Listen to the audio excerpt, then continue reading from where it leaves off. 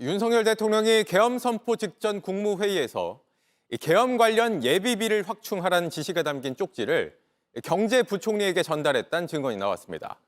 내란 사태에 나라 비상금인 예비비까지 동원하려 했다는 건데 계엄 상황이 길어질 걸 대비한 정황 아니냐는 지적입니다. 김도훈 기자입니다. 윤석열 대통령은 계엄을 선포한 지난 3일 밤 최상목 경제부총리와 조태열 외교부 장관에게 경제와 외교 관련 조치를 담은 종이 한 장을 전달했습니다. 제가 기억하기로는 이 비상계엄 상황에서 재정 자금 이렇게 유동성 같은 거 확보를 잘해라 이거 고문장만 기억은 납니다. 그런 한두 개 정도 글씨가 써 있었습니다. 계엄을 쉽게 끝낼 생각이 아니었다는 증거란 비판도 커졌습니다. 그런데 이 쪽지 형태의 종이에 예비비란 단어가 적혀 있었다는 증언이 오늘 나왔습니다. 제 소관이 아니라서 정확하게 기억이 안 납니다만은 이제 계엄 관련된 예비비 관련 그 재정 자금 확보 이런 정도로 제가 기억을 하고 있습니다. 야당에선 계엄금 지원 목적의 예비비였다는 주장이 쏟아졌습니다. 최 부총리는 경황이 없어 이 쪽지를 주머니에 넣고 경제수장들이 모인 긴급 F4 회의를 하느라 기재부 차관보에게 전달했다고 말했습니다. 저는 그때 계엄에 반대를 했었고 그다음에 사퇴를 결심하고 나온 사람입니다. 그 자리에서 제가 어떤 자료를 받았든 어떻게 하든 관심도 없었고 열어볼 생각도 없었습니다. 현재 이 쪽지는 수사기관에 넘어간 상태입니다. 미리 계엄을 알고 1시간 만에 F4 회의를 연 게 아니냐는 질의에 최 부총리는 당일 밤 9시 55분쯤 사복 차림으로 도착해 상황을 알게 됐다며 그 자리에서 전화로 회의를 소집했다고 설명했습니다. JTBC 김도훈입니다. 윤석열 대통령이 계엄 전후에 사용한 휴대전화 통화 내역을 경찰이 확보했습니다.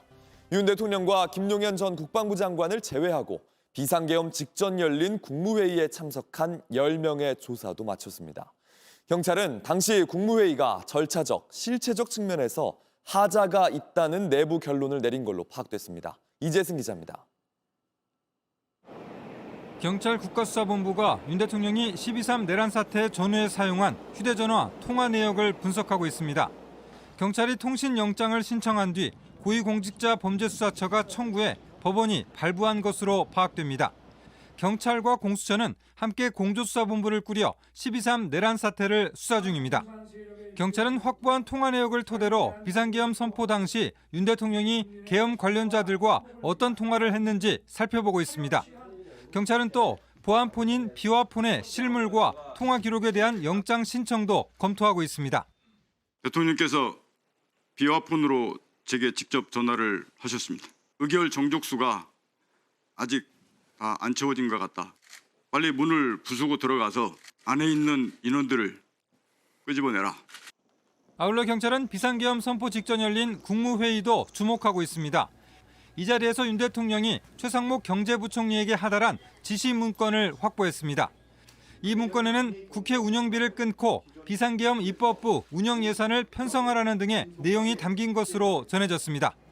경찰은 당시 국무회의 참석자 12명 중 윤 대통령과 김용현 전 국방장관을 뺀 10명에 대한 조사를 모두 마쳤습니다.